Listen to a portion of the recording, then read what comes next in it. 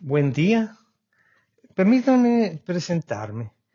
Soy Jorge Manuel Moreno Varela y pues me da gusto participar en esta exposición sobre cosmología. Antes de entrar en el tema, les comento que hace poco leía que el mundo en su aceleración parece haber expropiado lo que es la capacidad de asombro, ¿no? Y en el artículo enseguida preguntaba, ¿es posible entonces asombrarse aún o la pérdida de esta facultad ha mutado? Eh, Ahora bien, ¿qué pasa? En el caso de la filosofía, les comento, y en especial para los que se van iniciando en ella, en general sucede que la filosofía, con toda su riqueza, tiende a generar asombro en todas sus áreas, conforme va entrando en materia uno.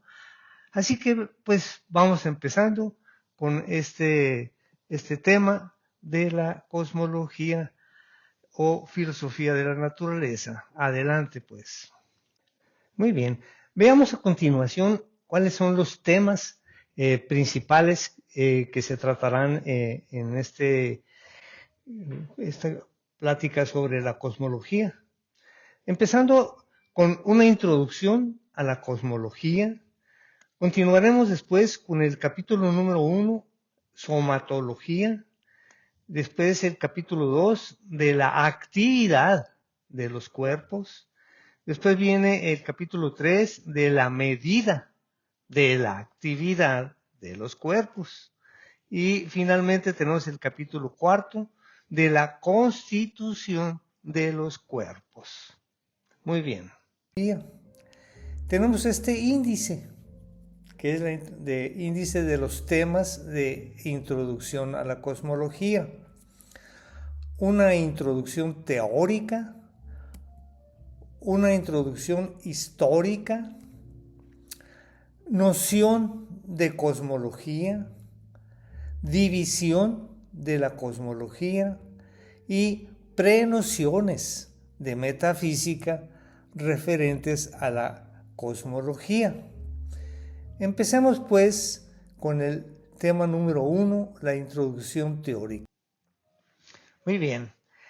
En cuanto al punto número 1, que es la introducción teórica, tenemos el primer tema, que es el mundo, del griego cosmos.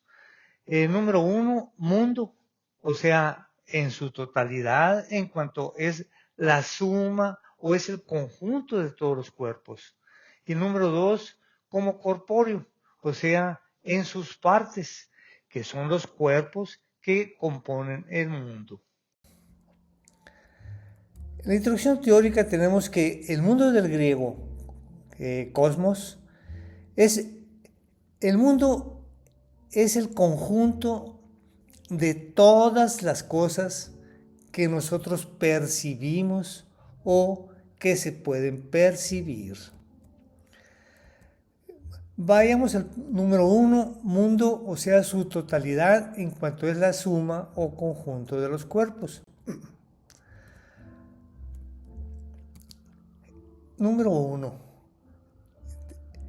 Este mundo corpóreo, es la suma de todas las cosas existentes, o hay cosas distintas del mundo corpóreo. 2. El mundo tiene algún origen.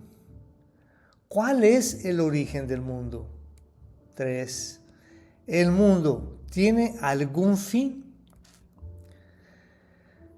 Tenemos 4 caracteres en los cuerpos: la extensión, la actividad, espacio y tiempo.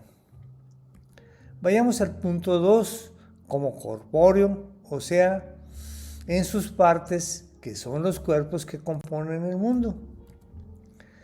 Número 1. Estos cuerpos que componen el mundo, número 1, son extensos. Tienen largo, ancho y altura. Número 2, obran.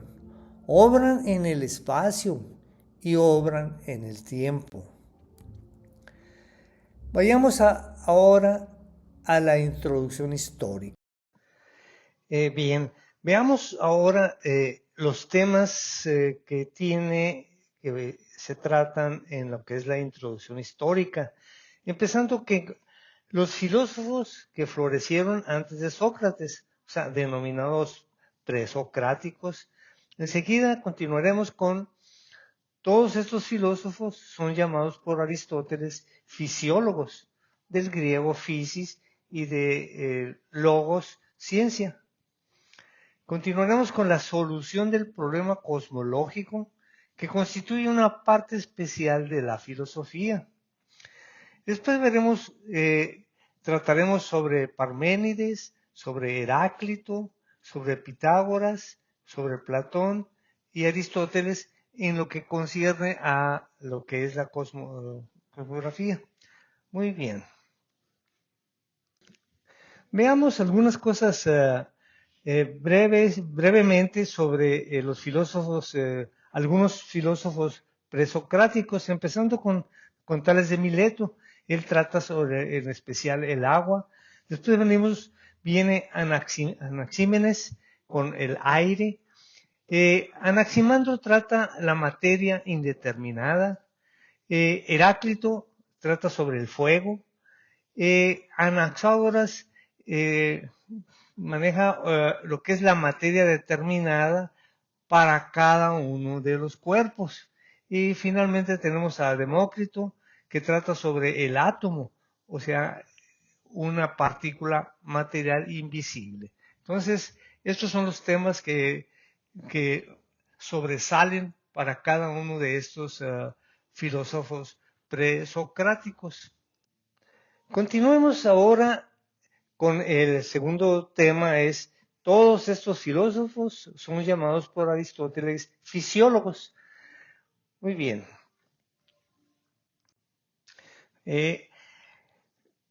Dentro de esta introducción histórica decíamos que íbamos a tratar sobre la cuestión de los fisiólogos. En cuanto que estos fisiólogos explicaban la naturaleza sensible por algo sensible, o sea, por un principio material. La solución del problema cosmológico viene a constituir pues una parte especial de la filosofía y esta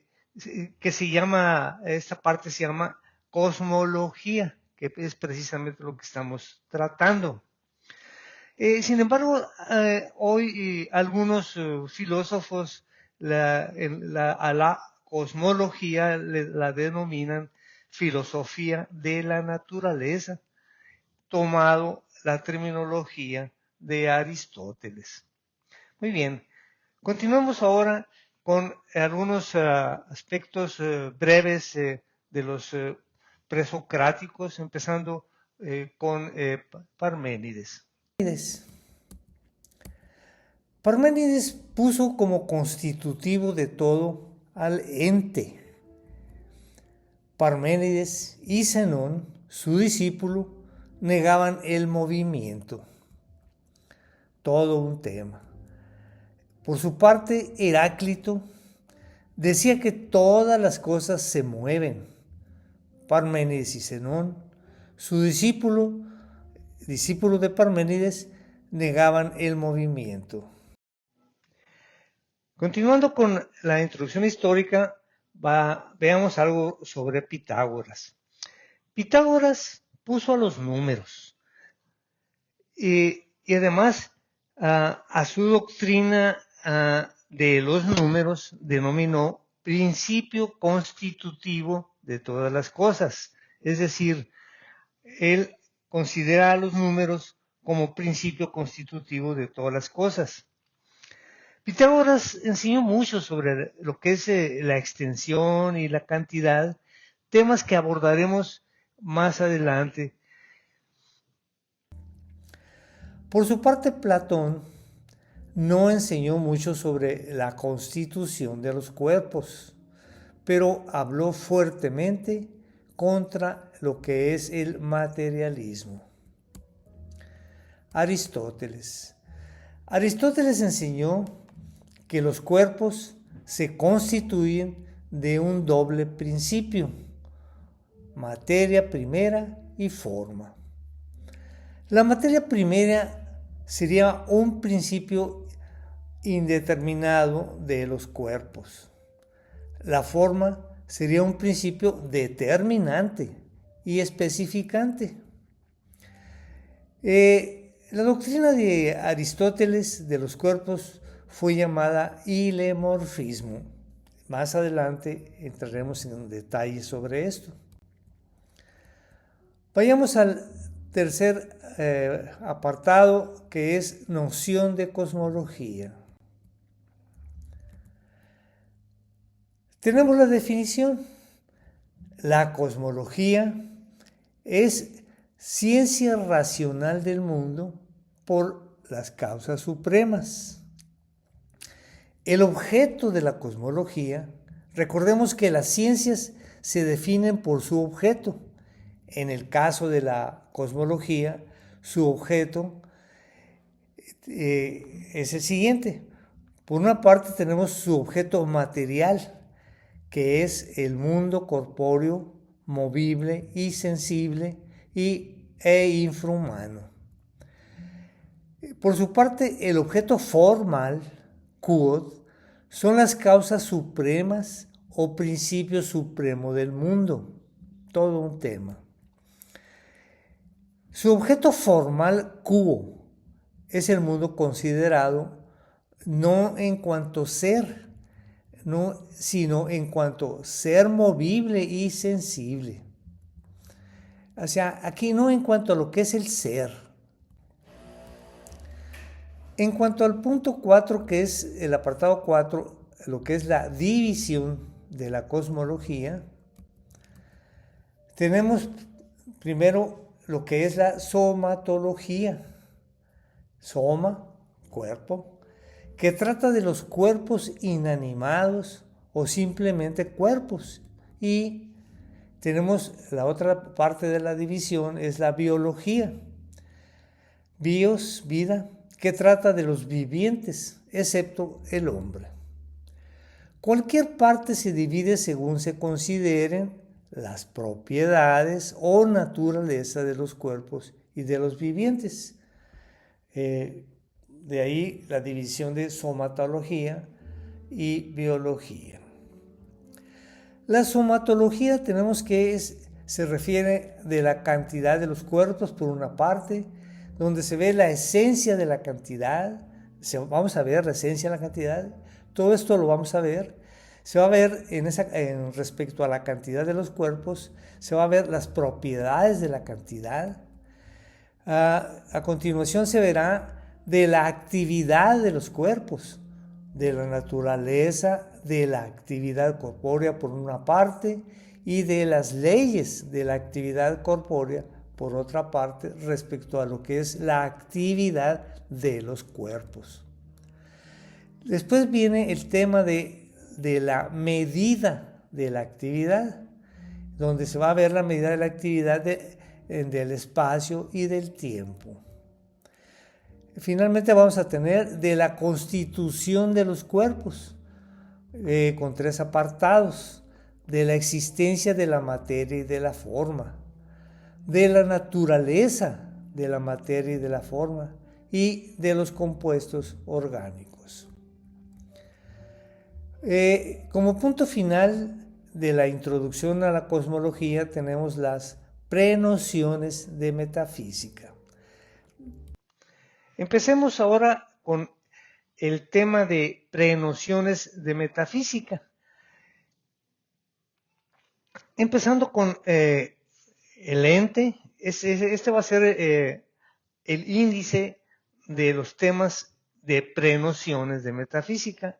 Entonces tenemos el número 1 del ente, el 2 de las propiedades del ente, 3 de las categorías del ente y 4 de las causas del ente. Muy bien. Empecemos pues con el tema del ente. Iniciaremos con una introducción teórica, que es uno de los apartados. Ente se dice de aquello que es. Así como estudiante se dice de aquel que estudia, se dice amante de aquel que ama, etc. Entonces tenemos que en el ente se dice de aquello que es. Todo se dice ente. Ente son los minerales, son las plantas, entes son los animales, los hombres, las operaciones del alma, etc. Por eso todo se dice ente. El ente puede encontrarse en dos estados, en acto y en potencia. Temas muy relevantes y que posteriormente se verán en otros, aparte de la cosmología. Se ven en metafísica, también se tocan en antropología y en nociología. Veamos algo de todas maneras sobre los estados del ente. El ente en acto es el ente en el estado en que debe estar, estado de perfección que debe poseer.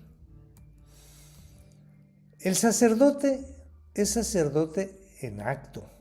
Ya es sacerdote, pues ya es en acto. El agua caliente está caliente en acto. El que tiene una enfermedad es doliente en acto, en relación a aquella enfermedad. En cuanto a el ente en potencia, es el ente que puede estar en acto. El seminarista es sacerdote en potencia. El agua fría es caliente en potencia. Cualquier sabio es maestro en potencia. Quien tiene salud débil está enfermo en potencia porque es depósito de la enfermedad. Muy bien, vamos a continuar ahora con el tema 2 de las prenociones de metafísica, que se trata de las propiedades del ente. Tenemos el índice de las propiedades. Vamos a ver propiedades fundamentales, categorías o predicamentos del ente finito, la substancia con su triple división y accidente. Empecemos pues con propiedades fundamentales del ente. Tenemos un índice sobre estas propiedades. El ente tiene tres propiedades fundamentales: la unidad, la verdad y la bondad. Estas tres propiedades fundamentales se les denomina también que son trascendentales. Empecemos pues con la propiedad de la unidad. La unidad es la propiedad por la cual el ente es uno. El ente se dice uno en cuanto no es diviso en sí. Uno, pues, es aquello que es indiviso. La unidad es la indivisión del ente. Cualquier ente, si es ente, es uno. Debe considerarse que sea uno y que sea único. Uno implica la indivisión del ente. Entonces, esta es la propiedad del ente, de la unidad.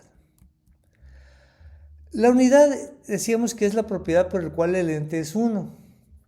Uno se dice ya por sí, per se. Por accident, per accident. ¿Ok? Vamos a aclarar esto más adelante. Uno se dice ya por sí o per se, y es aquel uno que constituye alguna cosa o substancia: hombre, planta, animal, Dios, fierro, O sea, es un ente que constituye alguna cosa o substancia.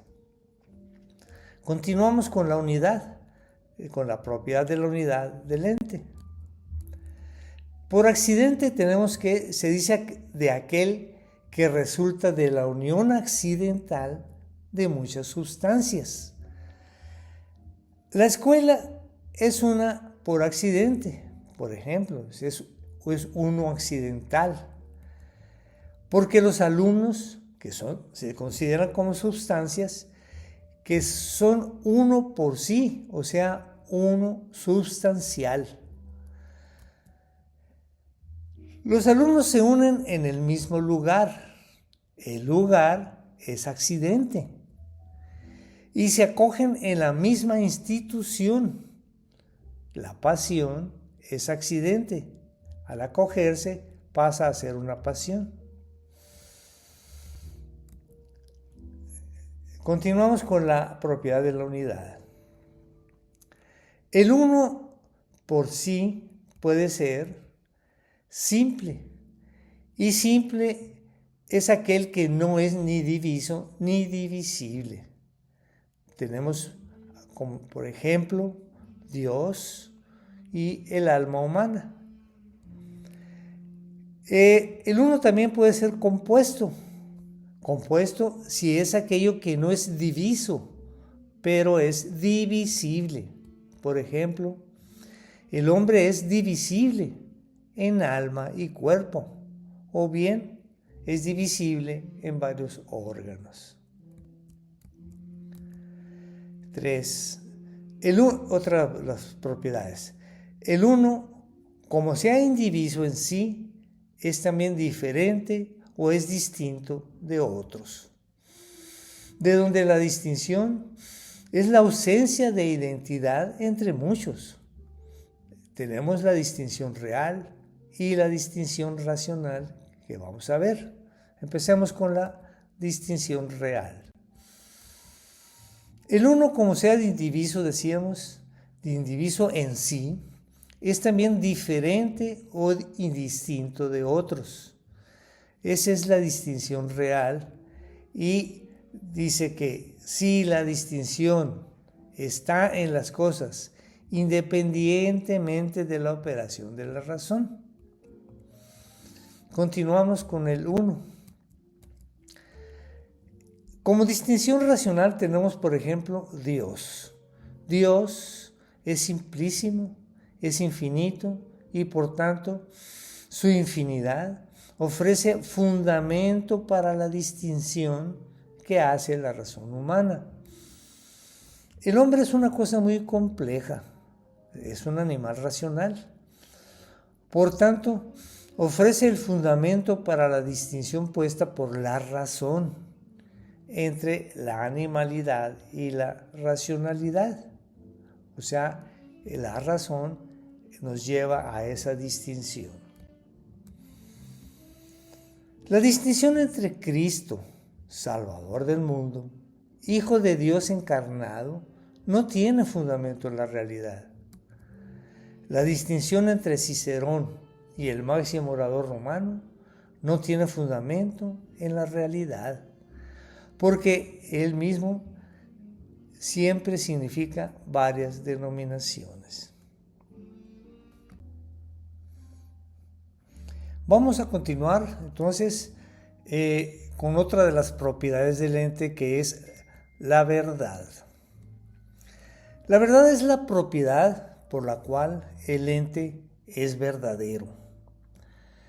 Verdadero es el ente en sí mismo, en cuanto que está conforme con el conocimiento.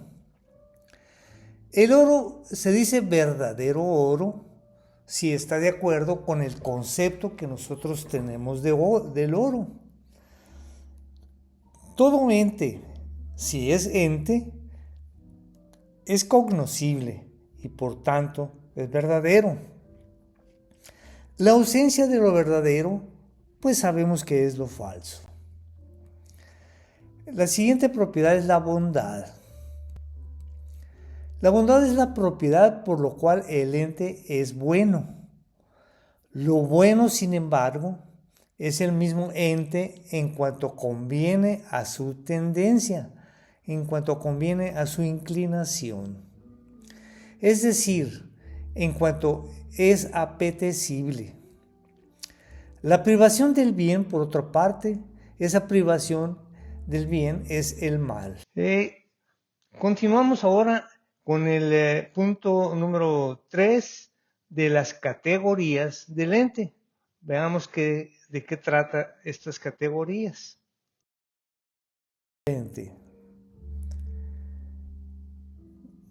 Las categorías o predicamentos del ente. Estamos hablando del ente finito. Por un lado tenemos una de las categorías es la substancia. ¿La sustancia qué es? Sustancia es lo que existe por sí mismo y no necesita de otra cosa para existir. Por otra parte tenemos el accidente. El accidente más adelante vamos a ver ciertos detalles. Continuando con la sustancia, tenemos que esta tiene una división. Por un lado tenemos la sustancia simple y la sustancia compuesta.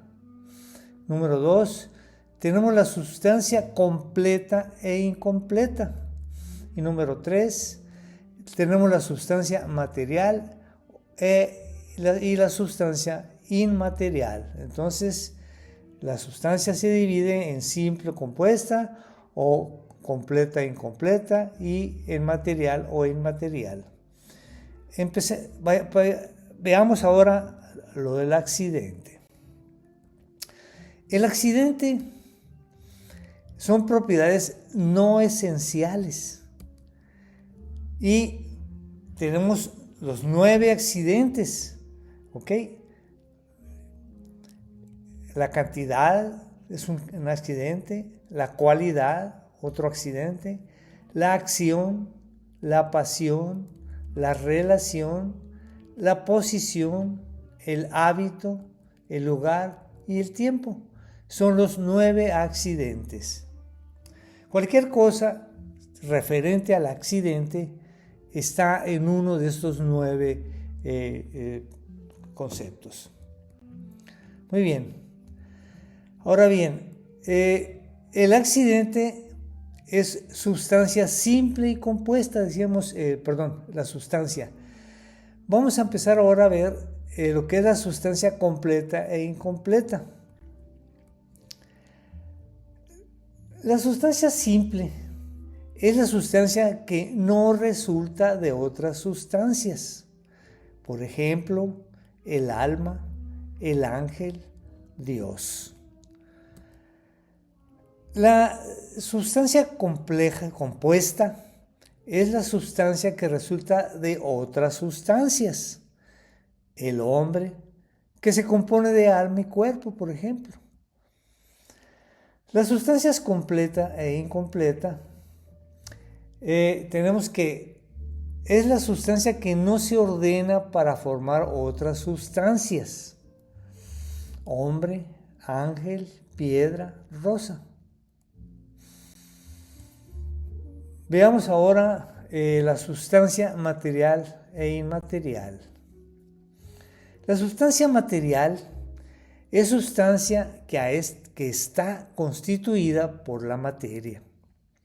Piedra, rosa, caballo, etc. O bien, está constituida por la materia o sin ser materia, depende de la materia de tal manera que sin ella no pueda ni operar ni existir. Por ejemplo, el alma de las plantas y el alma de los animales. La segunda materia, o sea, la inmaterial, se dice también espiritual. O sea, la sustancia inmaterial tenemos que se dice espiritual. Es sustancia simple que sin la materia puede existir y operar. Por ejemplo, una sustancia inmaterial es el ángel, y el alma humana también. Vamos a meternos un poquito más a ver la cuestión del accidente. El accidente es la acción, por un lado tenemos una acción inmanente y por otro lado tenemos una acción transeúnte del accidente. La acción inmanente, su efecto permanece en el agente, la nutrición, la intelección, etc. Es algo que permanece en el agente, en una persona, por ejemplo. En cambio, el accidente, si se trata de una acción transeúnte, su efecto pasa a otro distinto del agente. El calor pasa del fuego al agua, por ejemplo, ¿ok? Empecemos con el punto 4 de las prenociones de metafísicas, que trata sobre las causas del ente. Las causas del ente tenemos causas constitutivas, causas por las cuales una cosa se hace y principios que considera la causalidad. Empecemos con causa y causa constitutiva. Causa es aquello por lo cual alguna cosa está constituida o se hace, ¿ok? Y causas constitutivas son materia, causa material, y forma, causa formal, para las cosas que son sustancias compuestas. Estamos hablando de constitutivas, o sea, están constituidas por materia y forma. Y causa simplemente se dice que la causa es aquello por lo cual alguna cosa está constituida, o bien es una cosa que se hace. Vayamos ahora a ver las causas por las cuales una cosa se hace. Tenemos, por un lado, la causa eficiente y, por otra parte, tenemos la causa final. La causa eficiente produce algo obrando, o bien produce algo actuando. Ejemplo, el obrero es la causa eficiente de alguna cosa. Él está obrando, está causando algo y está produciendo alguna cosa. La causa eficiente es aquello que hace algo. La causa eficiente debe distinguirse de la ocasión y debe distinguirse de la condición, que vamos a ver a continuación. La ocasión es aquello por cuya presencia la causa eficiente obra. Obra por la presencia de algún hecho o alguna persona. El pecador, por ejemplo, es la causa eficiente del pecado. O sea, el pecador, pues peca, ¿ok? Respecto a la causa eficiente y la condición es aquello que se requiere para que la causa eficiente obre. Ejemplo, la luz. La luz es una condición para que veamos. O sea, la causa eficiente es la causa eficiente de visión. Las causas por las cuales una cosa se hace, decíamos que puede ser eficiente o causa final. La causa final produce algo provocando o atrayendo. El fin, por ejemplo, obtener dinero, habitar algo, ¿ok? Y es aquello que hace algo. Vamos ahora a los principios que considera la causalidad. El principio de causalidad eficiente para la causa eficiente, ese principio de causalidad es aquello que se hace y se hace por otro, de tal modo que el efecto requiera una causa proporcionada. Por otra parte, tenemos el principio de finalidad para la causa final. Todo agente obra para su propio fin. Con esto terminamos de ver los temas, los apartados que corresponden a esta sección número 1 de la introducción a la cosmología. Habiendo pues terminado lo que es la introducción a la cosmología, que esta sección número 1, vamos a continuar en la siguiente sección con el capítulo 1 que trata sobre la somatología. Hemos adicionado esta nota al final sobre el comentario de la capacidad de asombro y estamos proporcionando el enlace para el que se interese leerlo. Muy bien.